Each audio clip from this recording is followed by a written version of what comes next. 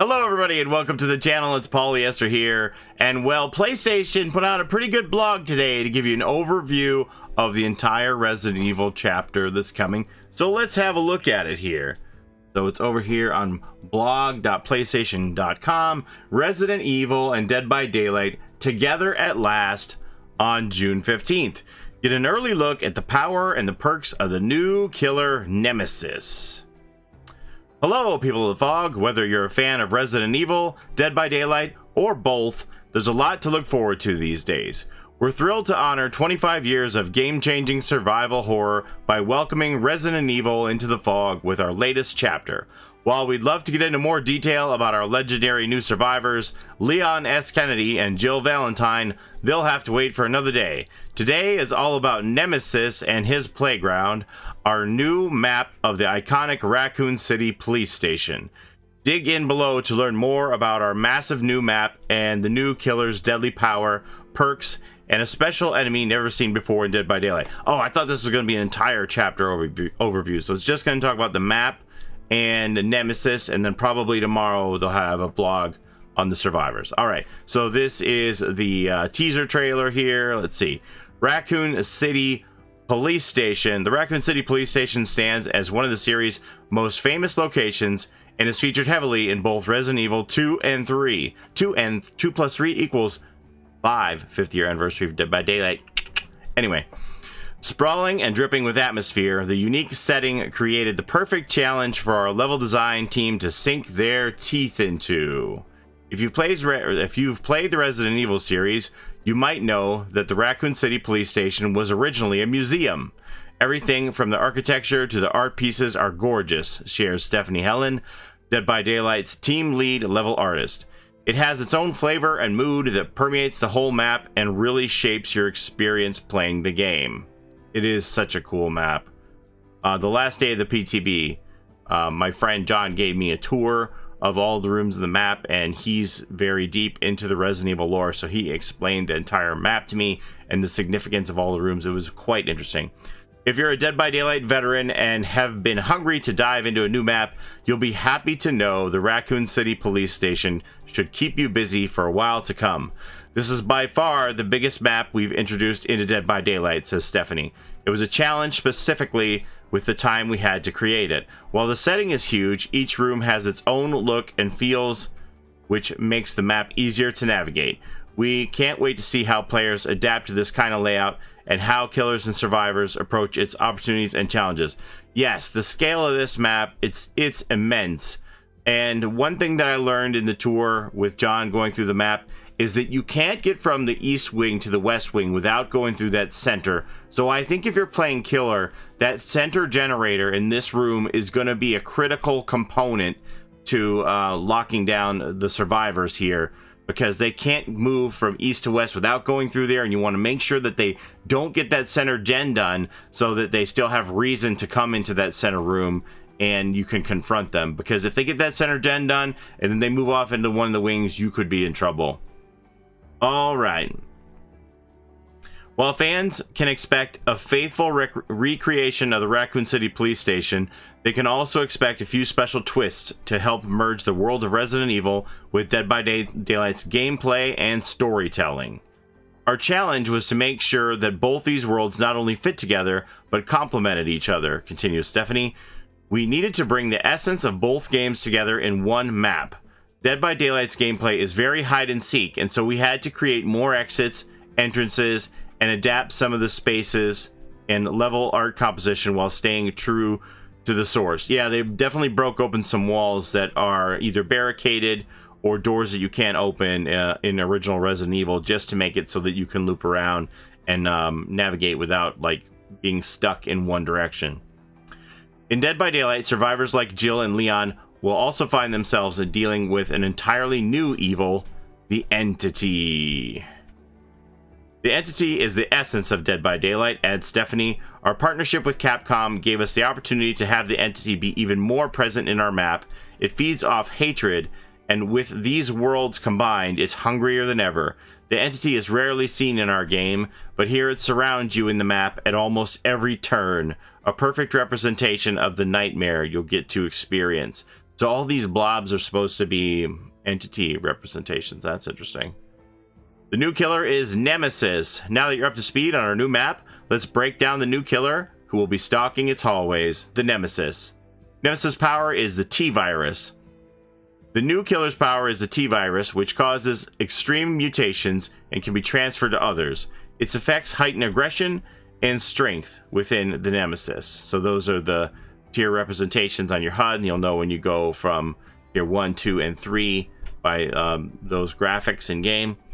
Special attack, the Tentacle Strike. When a survivor comes along, you must whip it. Alright, so let's see here. Tentacles are a tyrant's best friend. Tentacle Strike works to help boost Nemesis' strength and range as the survivors he's hunting are weakened. Charge up, then unleash Tentacle Strike on a survivor to afflict them with the Contaminated status effect. Contaminating a survivor will make them easier to spot as they cough and vomit their way around the map. Hit a contaminated survivor a second time and you'll damage their health. Yeah, so once they're like fully contaminated, then you can start to injure them. Survivors can cure themselves and their allies by injecting a vaccine found in supply cases, not chests, around the map, but use them wisely because vaccines are limited and every injection reveals the survivor's location for a brief time. And we have that mutation rate here. So this has Nemesis powered up enough to use the Tentacle Strike to actually break pallets. Here, this one, you can break the pallet with the Tentacle Strike once you've powered it up. Hitting a survivor with Tentacle Strike not only contaminates them, but increases Nemesis mutation rate as well. Tentacle Strike will gain greater range and the ability to destroy certain elements within the environment. So that'll be the breakable walls and those pallets. And mutation rate 2, a tentacle... Okay, I'm talking ahead of what the article actually says. A Tentacle Strike can destroy pallets and even breakable walls. At mutation rate 3, the Tentacle Strike range will increase, allowing him to attack over pallets, window vaults, and other tricky obstacles. So to hit the survivor directly and damage them. Check your power icon to view your current mutation rate. Special enemy in the game with this chapter are the zombies. Let's see this video here. They just want a hug. Cindy just wants a hug.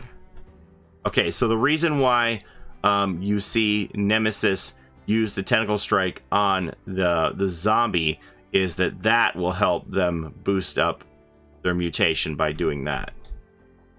That's right, zombies. For the first time in Dead by Daylight history, a killer will be assisted by AI characters. Whenever you play a Nemesis, zombies will spawn and begin roaming the map. Zombie attacks work the same way as Tentacle Strikes. If a survivor gets hit by a zombie, they are afflicted with the Contaminated status. If they get hit again while contaminated, then they take damage. Survivors can destroy zombies by dropping pallets on them, and as Nemesis, you can increase your mutation rate by destroying them with a Tentacle Strike. Zombies will always respawn after a short time. What's this?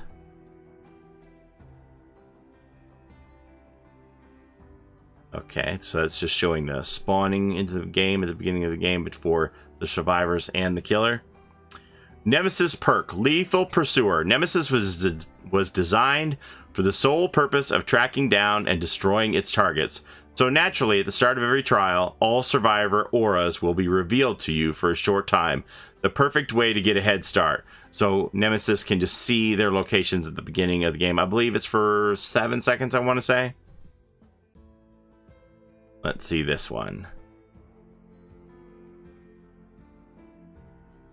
Punching them. Alright. Nemesis perk is Hysteria. Make an example out of any survivor who crosses your path. Whenever you put a healthy survivor in the injured state with a basic or a special attack, all other injured survivors on the map will suffer from the Oblivious status effect for a short time. So that's going to be terrifying when other killers get this teachable and then they can just sneak up on other survivors. This is really going to increase the poop your pants factor when you're oblivious and one of these other killers just comes out of nowhere at you because they have Hysteria equipped. That sounds like it's going to be a lot of fun. Alright, Nemesis perk Eruption. As Nemesis, you don't just have the brawn, You have the brains too. So he punches Meg, and then boom, this generator that Felix is working on explodes. Kick a generator, and its aura will be highlighted in yellow. Now the trap is set. Put any survivor in the dying state, and all affected generators will explode, reducing their progress. Any survivor repairing an affected generator when it explodes will suffer from the incapacitated status effect for a short time. Wow. As huge fans ourselves, we couldn't be happier to bring the world of Resident Evil into Dead by Daylight, and can't wait to put these new characters and map into your hands.